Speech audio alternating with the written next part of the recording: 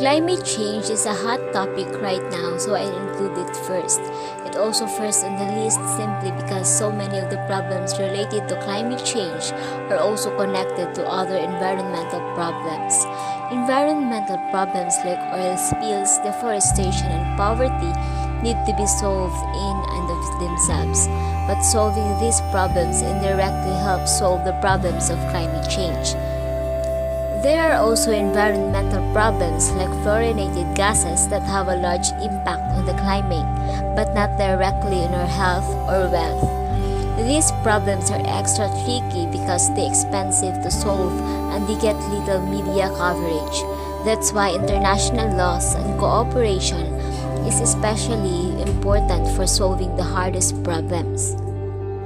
According to NASA, climate change is a long-term change in the average weather patterns that have come to define Earth's local, regional, and global climates. Climate change happens when greenhouse gases are released and trapped in the atmosphere, causing the greenhouse effect. The greenhouse effect creates a layer around the Earth's atmosphere that traps heat from the sun, making our atmosphere warmer, similar to a greenhouse. The following greenhouse gases contribute to climate change.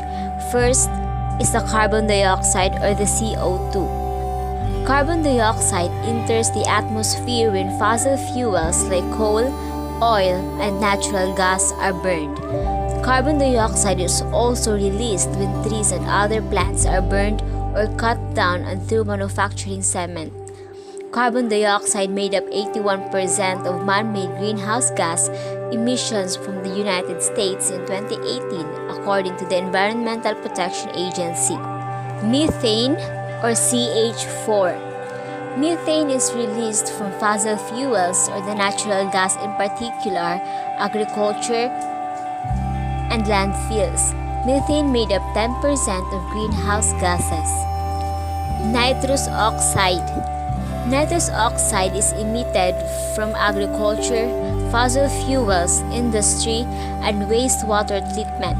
Nitrous oxide made up 7% of greenhouse gases emissions in 2018. Fluorinated gases. Fluorinated gases are hydrofluorocarbons, perfluorocarbons, sulfur hexafluoride, and nitrogen trifluoride.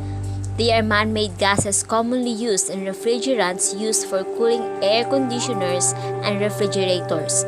These gases have a high global warming potential and make up 3% of greenhouse gases emitted, according to the EPA. Poverty. Poverty is indirectly linked to environmental problems. When you solve issues related to poverty, you also solve environmental problems such as deforestation, population growth, gender inequality, and climate change. The world has been making steady progress toward ending extreme poverty for years, according to the UN. The COVID-19 cases has reversed some of the progress. But before the virus, life was never better for many people around the world than ever before in history. Now, we need to deal with the crisis and get back to making progress. Gender inequality. Although gender inequality is also not a direct environmental problem, solving problems like inadequate access to birth control, health services, and education has a positive impact on the economy and environment. Fluorinated gases used in refrigerants. Fluorinated gases like the hydrocarbons used in refrigerators and air conditions are considered major contributors to climate change, according to drondown.org. The most commonly used refrigerants have a high global warming potential. The Kigali Amendment to the Montreal Protocol offers a timeline for phasing out refrigerants with high global warming potential, but it's essential for companies and governments to maintain their commitments. To minimize your personal impact, make sure to properly recycle refrigerators and air conditioning units. If you're not sure how to recycle an appliance, contact your local waste management company. Oil spills. In 2010, The Deepwater Horizon oil rig sank in the Gulf of Mexico, making it one of the most environmentally damaging oil spills in history. The spill covered over 43,300 square miles. It killed and harmed dolphins, sea turtles, fish, and a variety of organisms. The environmental problems associated with oil have many layers. Not only does an oil spill kill wildlife and fishing industries, but oil is also a fossil fuel that contributes to climate change. Although oil is a necessary source of energy in every developed and developing country today, it comes with dire environmental problems. Plastic pollution. Plastic pollution is a major environmental problem. Plastic comes from fossil fuel which we need to phase out, so using less plastic is important. But ultimately, solving the problem of plastic pollution may come down to improving waste management technology and creating a more circular economy for plastics. Food waste. Food waste is a big environmental problem. Up to 40% of food is wasted from farm to fork to landfill according to the Natural Resource Defense Fund. There's a lot of media coverage about how diet is related to the environment, but the majority of that coverage has to do with how individuals should eat, not how agriculture and waste management services should improve. And lastly is the deforestation. Deforestation is linked to many environmental problems, and the biggest problem is agriculture, according to the Food and Agriculture Organization of the United States. But as mentioned earlier, asking individuals to change their eating habits is tricky. So much of what we eat comes from around the world, no matter what we eat, so we may need to change the companies, not what we eat. Just like other things, environmental problems has its own solution. First is the innovation.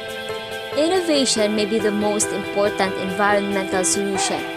People around the world are working on new technologies and solutions that could revolutionize the way we look at energy and waste. We haven't scratched the surface yet on how humanity will solve these problems, but there's no time to waste, and we need governments and companies to invest in research and development. Affordable and clean energy. There are several different forms of clean and renewable energy. Solar, wind, and hydro energy are considered renewable energy sources. Nuclear energy, a non-renewable source of energy that contributes little to climate change, is an example of clean energy. Sustainable business and investing. Some businesses like Patagonia and Interface have built sustainability and resilience into the core of their lawyering up, using loopholes and lying about the damage their businesses create. If we want environmental solutions, we need to support companies with sustainable business models that support progress. Improved food production. The environmental problems associated with food production get a lot of attention in media. Some environmentalists and journalists advocate for plant-based diets and veganism as a solution to the problems associated with food. Changing our eating habits may have a small impact on the environment, but there's a much larger movement underfoot led by farmers and entrepreneurs.